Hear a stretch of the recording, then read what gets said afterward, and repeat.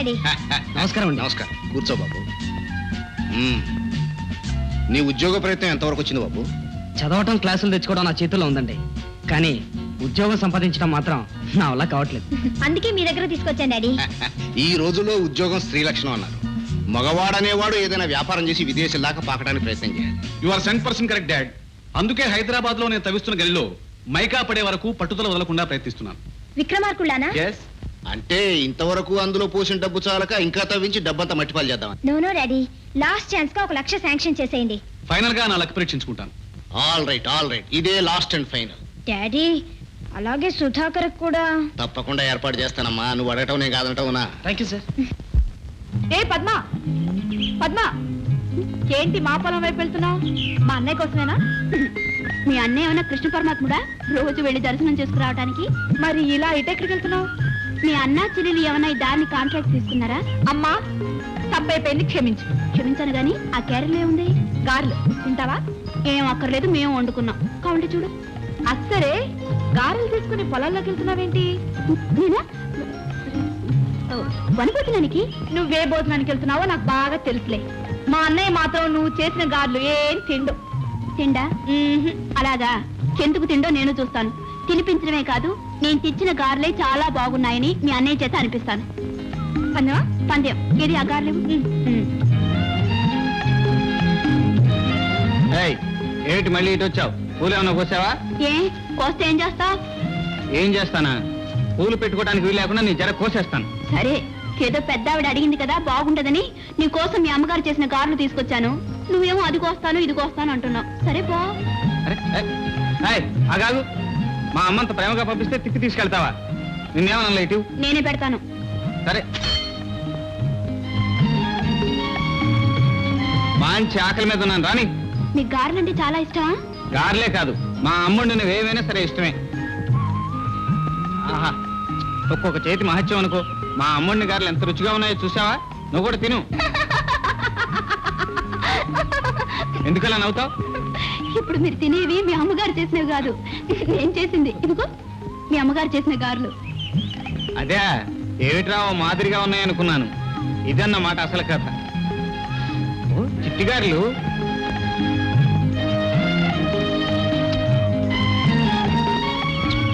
రుచిగా ఉన్నాయి. నూనె ఉన్నాయి. ఎందుకు?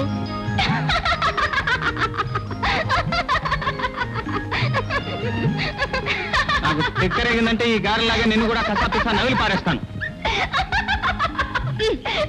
చూసావా తులసి, పంతేలా నేనే గెలిచాను. పందెమా? అవునన్నయ్య, తను చేసిన గారెలే బాగున్నాయని నీతో అనిపిస్తానని నాతో పందెం కాసింది. ఇప్పుడు నువ్వేమో ఆవురు అని తింటూ తెగ మెచ్చేసుకుంటున్నావు. అయితే ఈ గారెలు ఈ మహాతల్లి చేసినవే. నా కూతుర్ని నీ కొడుక్కిచ్చి పెళ్లి చేయాలా? ఆ తాగుబోతు వెధవకి నా కూతుర్ని అడగడానికి నోరేలా వచ్చింది? అదేంటి బావా ఎంత చెడ్డ? వాడు నీ చెల్లెలు కొడుకు. తల్లి లేకపోబట్టే కదా వాడు అల్లరి వేధవా చిల్లర వేధవా ఈ ఊళ్ళో తిరుగుతున్నాడు. వాడు కూడా మనసు పడుతున్నాడు. అమ్మాయి నా ఇంటి కోడలుగా వస్తే వాడు కూడా మంచిగా మారి ఓ మనిషి అవుతాడని ఒక ఆశ. ఆశ ఆశ ఉండటం సహజమే. తోడ పుట్టిందాన్ని కట్టబెట్టి అది ఎంత సుఖపడిందో కళ్ళని చూశాక ఇక కన్నబెట్ట గొంతు కూడా కొయ్యలేదు. కాదు, కొంచెం ఆలోచించు. గాంధీ గారు మొహం చూసి చెబుతున్నాను, రోజుని ఒక్కలాగే ఉండిపోవు. ఈవేళ ఉత్తర ఓటర్ గా ఉన్నవాడు రేపు సర్పంచ్ అవుతాడు, సర్పంచ్ సమితి ప్రెసిడెంట్ అవుతాడు. అయ్యే రోజు తిరగబడితే ఆ సమితి ప్రెసిడెంట్ గారు కనీసం ఓటర్ కూడా కాదు, ఓటర్ లిస్ట్ లో పేరు ఉండదు. సర్లేవయ్యా, ఉపన్యాసం నువ్వు వెళ్ళేదరికి వెళ్ళవయ్యా. నీకు వెళ్తాను, కానీ కొంచెం ఆలోచించు. చాలా ఆలోచించి చెప్పాను, పొమ్మంటున్నాగా. సరే వెళ్తాను, ఆలోచించు.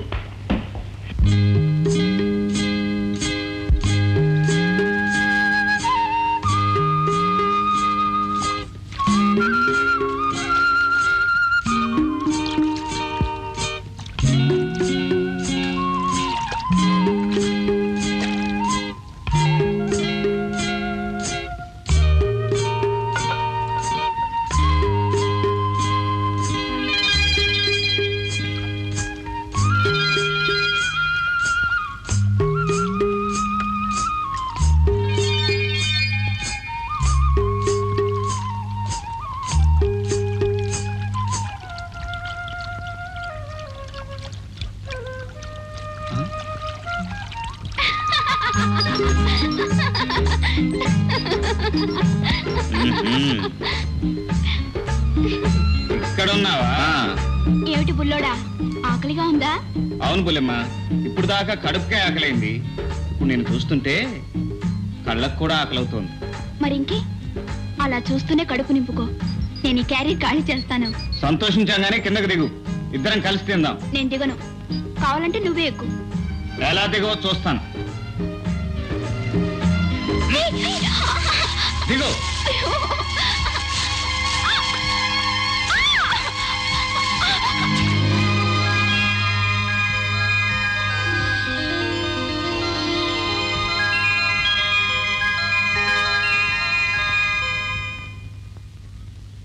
పద్మా, అయ్యో, చచ్చాంపో. ఇక్కడికి కూడా దాపురించాడే, ఇప్పుడెలా? ఇక మళ్ళీ వాడిని వెంట పడకుండా చేస్తాను. నేను చెప్పినట్టు చెయ్యి.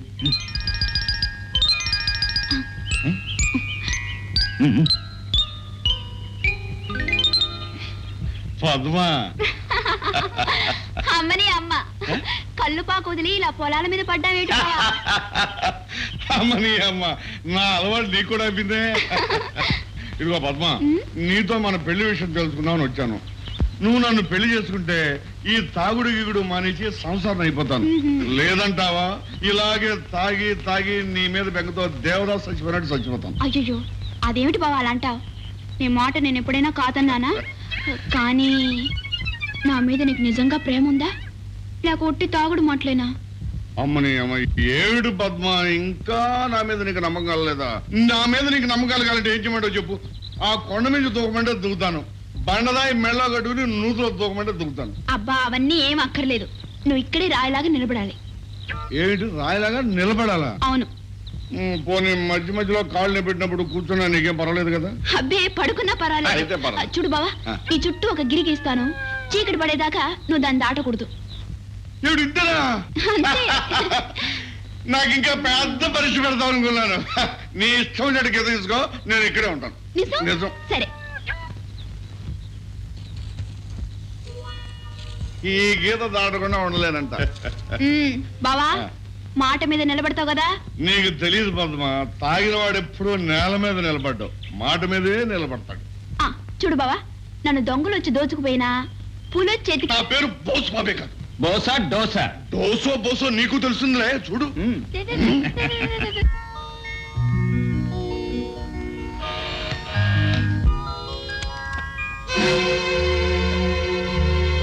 సుశీల, నువ్వా?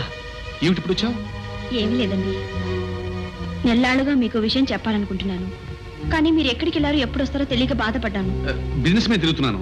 ఇంతకేమిటి విషయం? అనాథనైన నన్ను ఆదరించి తాళి కట్టి మీ దాన్ని చేసుకున్నారు. ఆ విషయం కొన్నాళ్ళు రహస్యంగా దాచమన్నారు. ఆ రహస్యాన్ని అయితే కడుపులో దాచుకోగలిగాను, కానీ పెరుగుతున్న ఈ బిడ్డను ఎలా దాచేది? దాచడానికి ఇందులో తప్పే ఉంది? కావచ్చు, కానీ ఈ సంగతి బయటపడితే నేనుంటున్న హాస్టల్లో భర్త ఉండి కూడా పతితని అపవాదు పడాల్సి వస్తుంది. చచ్చా, అంత మాట రానిస్తానా? రేపే నీ హాస్టల్కి వచ్చి నేను సగౌరవంగా తీసుకెళ్తాను. చూడు, లోపల ఇన్కమ్ ట్యాక్స్ తిరుగుతుంది. త్వరగా బయలుదేరు. మీ మీద నాకు ఆ నమ్మకం ఉందండి, వెళ్ళొస్తాను. వెళ్దాం పద.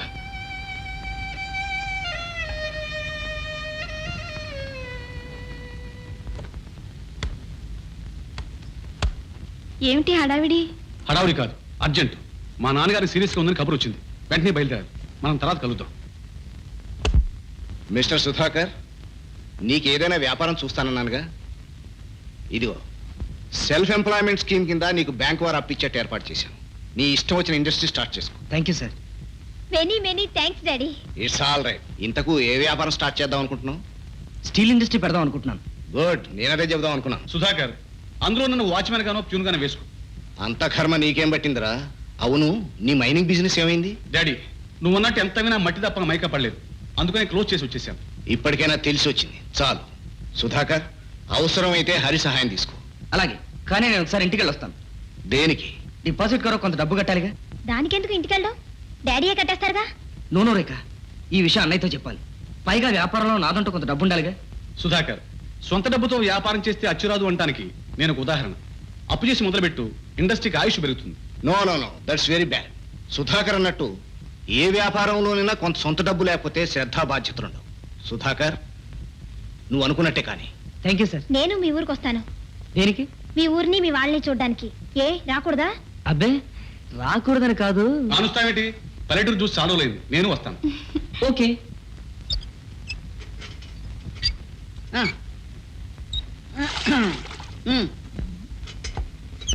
త్వరగానే ఏమిటి చూరమ్మా, నీ గంగాళాలన్నీ నిండే వరకు మేము గంగిగోళ్ళ నుంచోవాలా? నేను అప్పుడప్పుడు పోయి అక్కడ కూకండే అంటున్నా. అయితే మా అందరికి ఒక బింది ఇవ్వనమాట. ఎందుకు ఇవ్వాలంట? మీలా 5-6 మనుషులు కొంపలు అమ్మాయి తెల్లారు లేచిన రకాయతు మీ ఇళ్లలో ఉండే ఊరు జనం అంతా వచ్చి మా హోటల్ మీద పడి సోరమ్మా పళ్ళపొడి, సోరమ్మా యాపల, సోరమ్మా నీళ్ళని వచ్చి ఈ గంగాళాల్లో ఉండే నీళ్ళన్నీ పోసుకుపోతారా. అందుకని మా ఇంట్లో ఉన్న పిల్ల మేక మంచినీళ్ళు కూడా నోచుకోరన్నమాట. నోచుకోరమ్మా. ఇప్పటికైనా రాబోయే ఎలక్షన్ లో మీరంతా కలిసికట్టుగా మీ మంచి మీరు తెలుసుకుని నన్ను ప్రెసిడెంట్ గా ఎన్నుకోండి. ఆకాశ గంగన పొలాల్లోకి దించుతాను, పాతాళ గంగన మీ ఇళ్లలోకి పంపిస్తాను. నిజం చెప్తున్నాను, గాంధీ గారి మొహం చూసి నన్ను గనక మీరు ప్రెసిడెంట్ గా ఎన్నుకుంటే ఈ సిరిపురాన్ని గంగాపురంగా మార్చేస్తాను. ఊరంతా గంగా ప్రవాహం. అంటే ఊరంతా గంగలో వాసులయ్య, తప్పుడు మాటలు మాట్లాడుకు నీకు ముంచడమే తప్ప తేల్చడం చేత కాదు. ఈ గ్రామాన్ని మంచినీటి ఎద్దడి నుంచి రక్షించడానికి గత 10 సంవత్సరాలుగా ఎన్ని ప్రణాళికలు, ఇంటికో కుళాయి, వంటింటికో కుళాయి చొప్పున అనేక ప్రణాళికలు నేను తయారు చేసి కూర్చున్నాను. ఈ సంచి నిండా అయ్యే. నిజం చెబుతున్నాను, గాంధీ గారి మొహం చూసి మీరు గనక నన్ను రాబోయే ఎలక్షన్ లో ప్రెసిడెంట్ గా ఎన్నుకోకపోతే మీకు తాగడానికి మంచినీళ్లే కాదు, కార్చడానికి కన్నీళ్లు కూడా ఉండవు. నిన్ను ఎన్నుకుంటే మొత్తం అన్ని కన్నీళ్లే. ఇదిగో తెలుసు. జాగ్రత్త.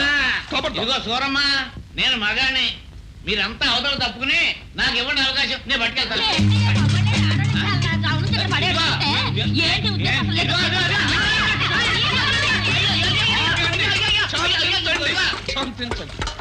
శాంతించండి. మీ ఆడవాళ్ళ విషయంలో గాంధీ గారి మొహం చూసి చెప్పే విషయం ఏమిటంటే, ఈ విషయంలో మీదే సబబు, మీదే న్యాయం. నా సపోర్ట్ మీకు ఉంటది కనుక మీ స్వేచ్ఛా స్వాతంత్రాలు సమైక్యంగా మీరు అతని మీద రుజువు చేయండి.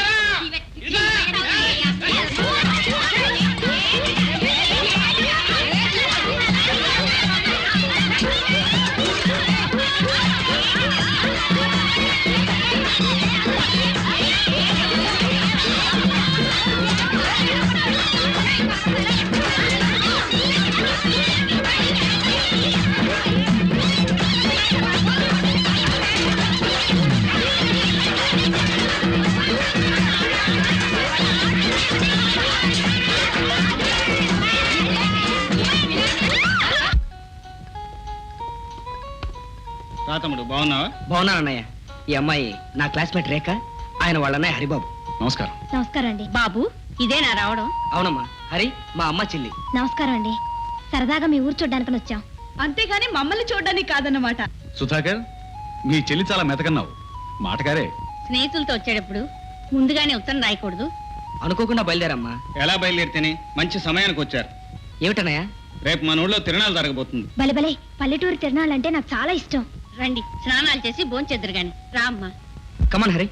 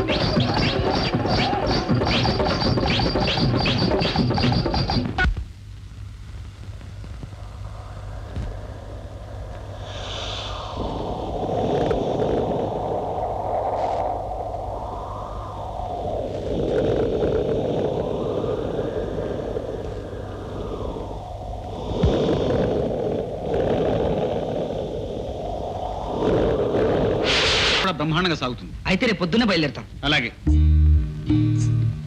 ఏమిటి నోరు తీపి చేస్తున్నా? నీకు తీయని మాట చెప్దామని. ఏమిటో అది? నాకు సబ్ ఇన్స్పెక్టర్ సెలక్షన్ వచ్చింది. అదేనా? అదేమిటి, నేను సబ్ ఇన్స్పెక్టర్ కావడం నీకు ఇష్టం లేదా? నువ్వెంత గొప్పవాడివైనా నా వాడివి కావడం అన్నదే నాకు గొప్ప మోహన్. ఇంకా మన పెళ్లికి వాయిదా పడితే ఏమవుతుంది? మా నాన్న మాట నేను ఎలాగ విన్ను, మీ అన్నయ్య నీ మాట కాదండు. నిజమే, అన్నయ్యకి నేనంటే ఎంత ప్రేమో అన్నయ్య అంటే నాకు అంతే ప్రేమ. ఒకవేళ అన్నయ్య మరో సంబంధం తెస్తే ఎదురు చెప్పలేక ఏ నుయ్యో గొయ్యో చూసుకోవాల్సింది. అంత మాట నాకు తెలిసి నేను బ్రతికుండగా నిన్ను దూరం కానివ్వను.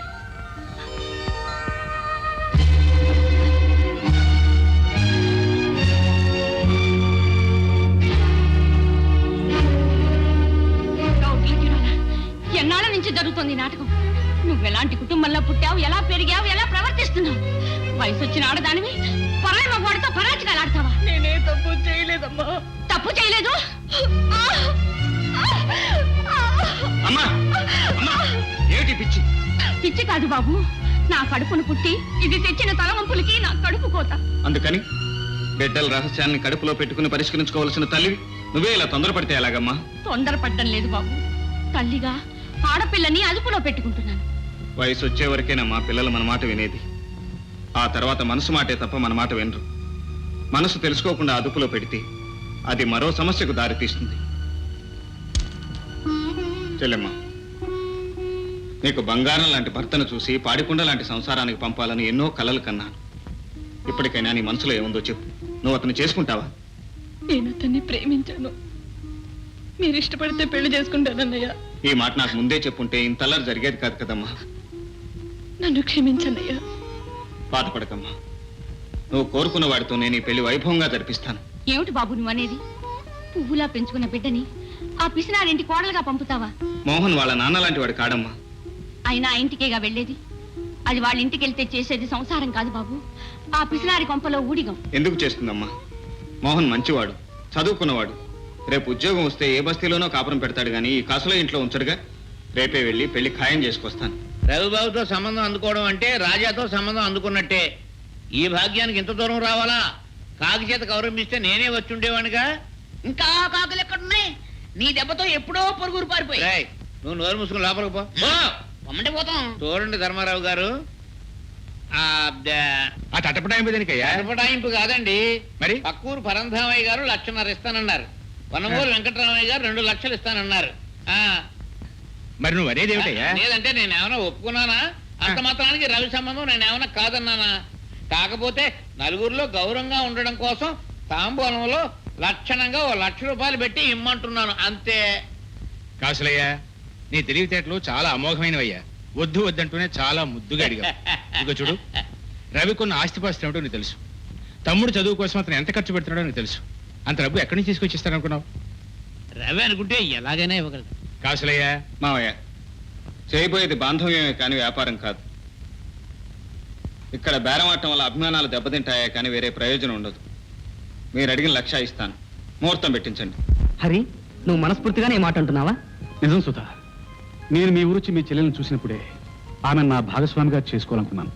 ఈ పెళ్లి జరిగితే నా చెల్లి కంటే అదృష్టవంతురాలు ఎవరు ఉండరు. మా అమ్మ అన్నయ్య అందరూ సంతోషిస్తారు. I'm very happy. Thank you. Pronote అయితే చెల్లేసి అలాగే రద్దు చేసేవాడిని తమ్ముడు. కానీ ఇది పెళ్లి. 10 మందిలోనూ ఇచ్చిన మాట. అంటే 10 మంది కోసమే చెల్లి గొంతుకొస్తావా? ఆడపిల్ల జీవితం ఏమైనా నువ్వు ఆడిన మాట తప్పని హరిశ్చంద్రుడు అనిపించుకోవాలా కక్కుర్తా? నాకు అలాంటి ఉద్దేశం ఏనాడూ లేదు. నేను నా మాట నా సుఖం అని ఏనాడూ ఆలోచించలేదు. కాకపోతే మన కుటుంబం మన గౌరవం అని ఆలోచించాను. మా నాన్న దృష్టి నీకు లేదు. మారుటన్నావు కనుకనే ఈ దారుణానికి దిగావు. తమ్ముడు, లేకపోతే నీ సొంత చెల్లెలే అయితే శ్రీమంతుల బిడ్డ హరిబాబుకి ఇచ్చి పెళ్లి చేస్తానంటే వద్దంటావా? పొరపడుతున్నావు తమ్ముడు. ఈ నిర్ణయానికి కారణం నేను కాదు. తులసే తన మోహన్ని ప్రేమించానని అతన్నే పెళ్లి చేసుకుంటానని భీష్మించు కూర్చుంది. ఈ విషయం నలుగురికి తెలియకముందే ఈ పెళ్లి నిర్ణయించాల్సి వచ్చింది.